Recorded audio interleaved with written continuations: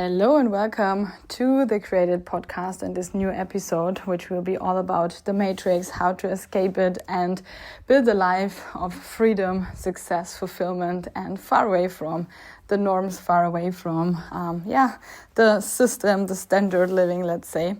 I recorded this podcast episode in the car along my way from Germany to Ibiza at our beautiful road trip that I did with Dani, who is also a empowerment and energy coach. He is since 8 years also traveling the world like me, also digital nomad, entrepreneur, and an absolute free spirit and a rebel.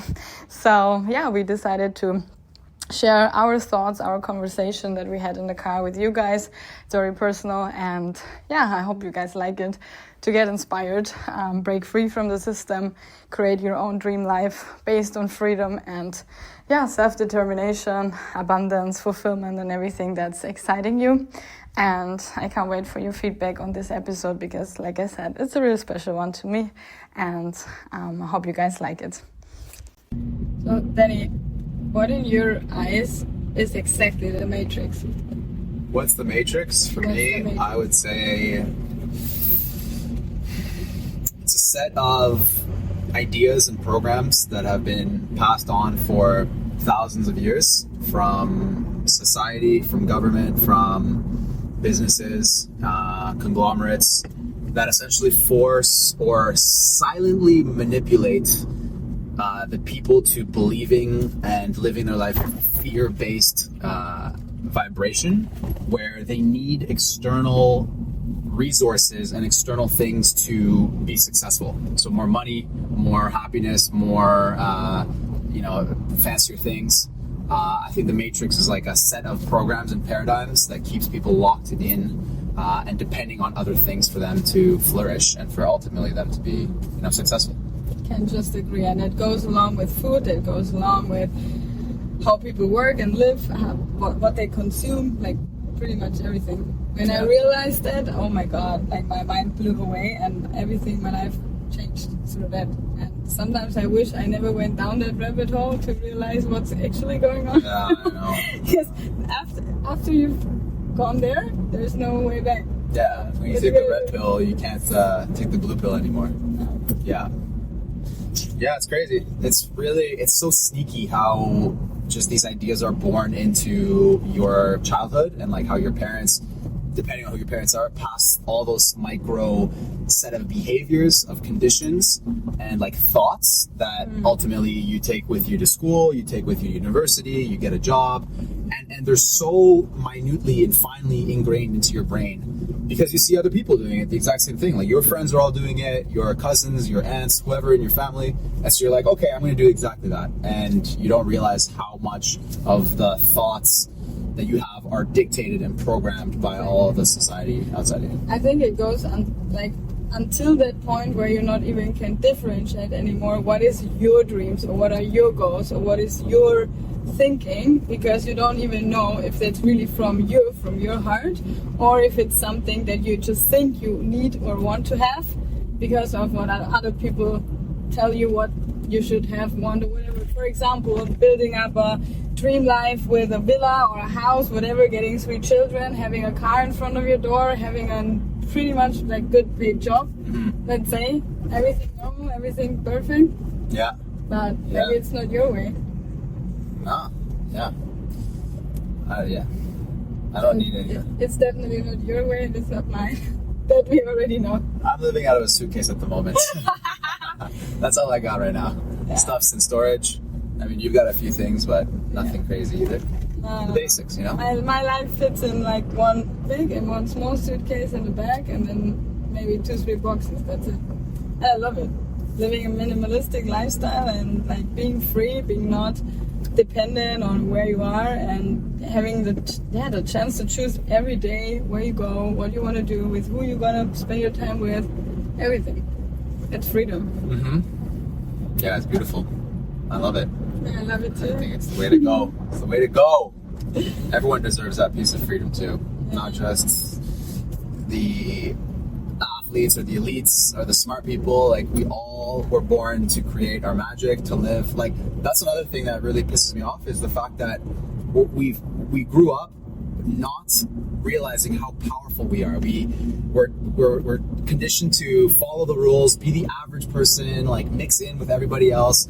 And as we grow up, we diminish our light, we diminish our power, we diminish like the friggin' the thing that separates us from the most from other people is our unique like soul codes, you know, the things we were meant to do on this planet. And so we've forgotten how powerful we are, how much light we have, and the fact that abundance is available to every single person. We forget that. We think it's just for a few people that have, you know, degrees or whatever, but it's all changing. That's also the main reason why we're doing our masterclass Limitless, to remind the people that they are limitless, and how they can create more freedom and abundance for themselves. And I can't wait for that. Exactly. Yeah.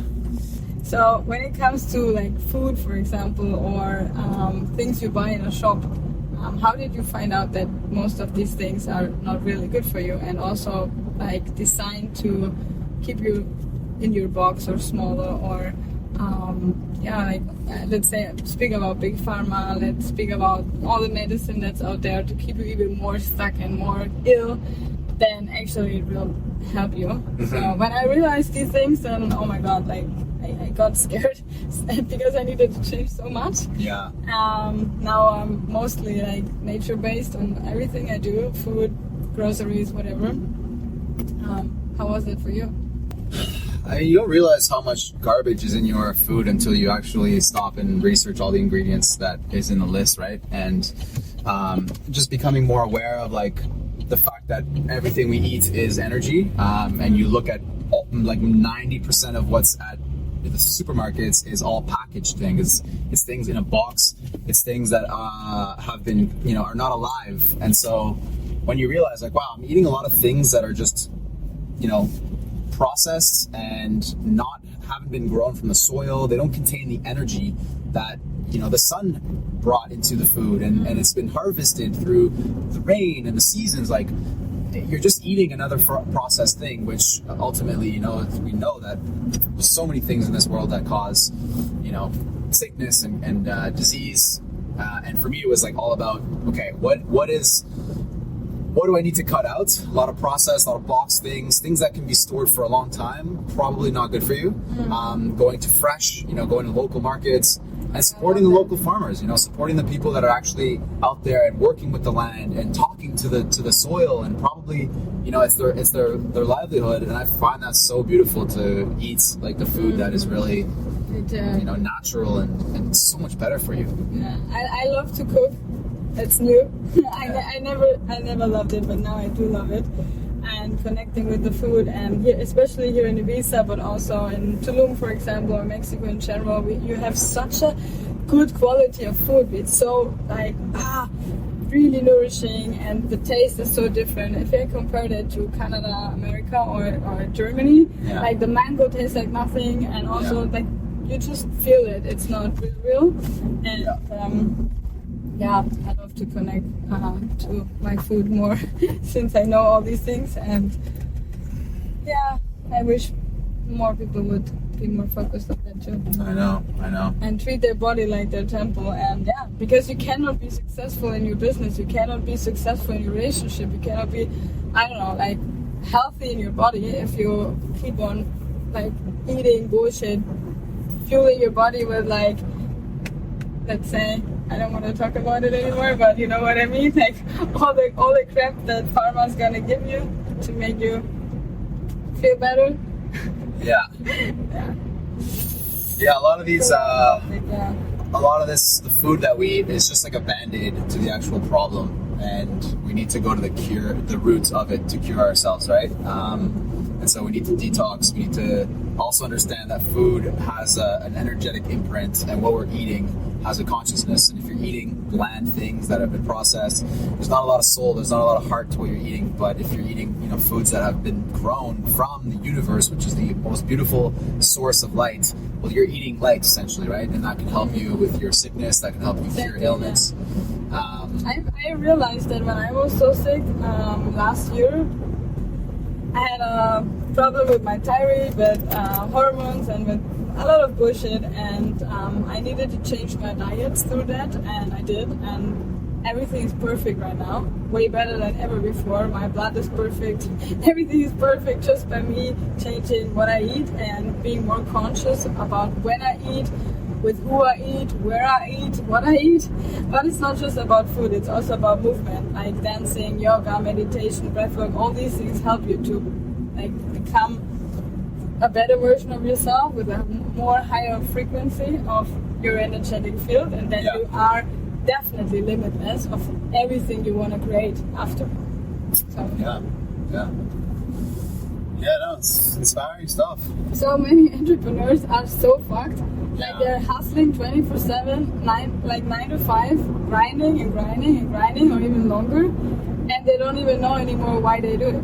Yeah. They lost the full focus on why they do it, and it's just money, or status, and but they're not doing it from the heart, and then it burns them out. And for me, burnout or bore out is almost the same shit. Like it's both not nice to be either burned out or bored out, and it comes when you're not following your truest self and your highest passion and purpose and whatever. For sure, I agree. People have like forgotten the fact that we're here to just live our highest joy. I think that's why we're on this planet, is to really experience life to the degree of play, to the degree of curiosity, exploration, and boredom is just a sign of you're not playing anymore. You're not curious. You're not challenging yourself to different perspectives, and it's just routine, right? And we're like life, we're always evolving. We're ever evolving human beings, creatures, and the world has never pauses. It's always evolving. So if we're stopped while the universe is evolving, that's when we're going to start to notice a discrepancy between our happiness. We're going to start noticing why we're not in flow, and we're swimming upstream instead of swimming with the flow. So it's all about coming back to just like play. Can you enjoy what you're doing? Can you come back to your peace, your joy, and from that is your highest vibration, and from that you manifest all the things that happen into your life, the better people, better circumstances, higher paying clients, jobs, whatever it is, and experiences. Totally agree. Like all the people that are unhappy, and I speak about myself, I had many times in my life when I was not happy, and let's say in a relationship or in your business, as soon as you feel like there's something missing, or I don't grow anymore, there's no expansion, there's no more life, let's say in it, you don't feel alive anymore. And if you don't feel alive anymore, then of course you're gonna struggle, and you feel like, oh, it's so problematic, and I want to change my life, and everything is horrible, whatever, and then people start complaining and all this. So I think it's really just about reconnecting with what your soul really wants, and then also having the balls to follow through and just do this, and not like telling yourself out of fear, maybe this is not working, or because a lot of people, I think they want to change something, but they're like more fearful of what would happen if I do it. Maybe it could go wrong. What if it's not working out? And then they're not even started yet. Yeah, exactly. With everything. Can be a hobby, can be a relationship, can be business, whatever. Traveling. So sad. Yep.